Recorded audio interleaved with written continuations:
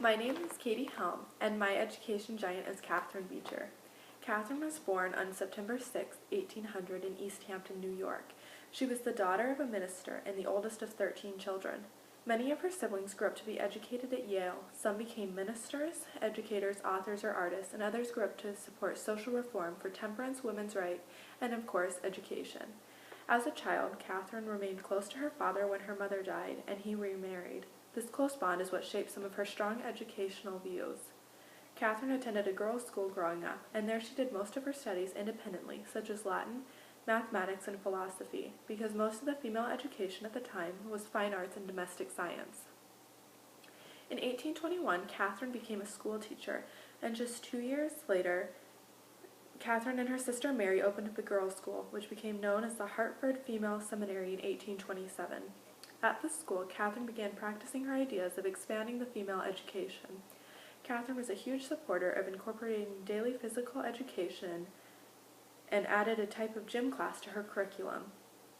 She was also a believer in the benefits of reading out loud to a class. She thought it taught understanding of written expression. Catherine Beecher was a women's education activist, but she believed a woman's role in society was as mothers and teachers.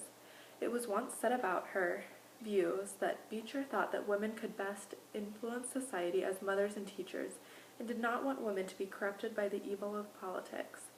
She felt that men and women were put on the earth for separate reasons, and accepted the views that women should not be involved in politics, but rather they would teach male children to be free thinkers and moral learners and help shape their political ideas. End quote. Beecher believed that you did not have to have children to be considered a mother. Catherine never had children of her own due to the fact her fiancé died in 1822 because of the shipwreck. She thought teachers were mothers in the sense that teachers share in moments with the students and help to shape their thinking. Catherine founded 3 associations across America. In 1852, she founded the American Women's Educational Association, which spent most of their efforts focusing on furthering opportunities for women education. She went on to found the Western Female Institute, as well as the Ladies' Society for promoting education in the West. She was also crucial in establishing women's colleges in Burlington, Iowa, Quincy, Illinois, and Milwaukee, Wisconsin. Her strong idea that children should be able to act as children and not be prematurely forced into adulthood fueled her support and role in getting kindergarten systems put into schools. She also helped evolve teacher training programs because she thought teachers were more important than doctors and lawyers. Her program consisted of training teachers in the East and sending them west to teach. Catherine had a total of 21 works published, the first one being published in 1829 called Suggestions Respecting Improvements in Education. A few of her other published works were Memoirs of Her Brother, The Duty of American Women to Their Country, Miss Beecher's Domestic Recipe Book, and etc.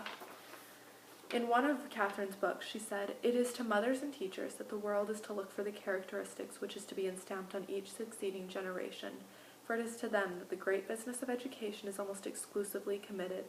And will it not appear by examination that neither mothers nor teachers have been properly educated for their profession?" End quote.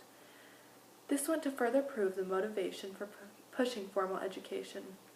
She believed that mothers and teachers needed an extensive education because they had the most important career, in her opinion. Her final published work, Educational Reminiscences and Suggestions, was published in 1874. Just 4 years before her death in 1878, Catherine died in Elmira, New York, at the age of 77 due to a stroke. As Catherine Beecher once said, "Women's great mission is to train immature, weak, and ignorant creatures to obey the laws of God, the physical, the intellectual, the social, and the moral." End quote. Catherine Beecher was a pioneer of education.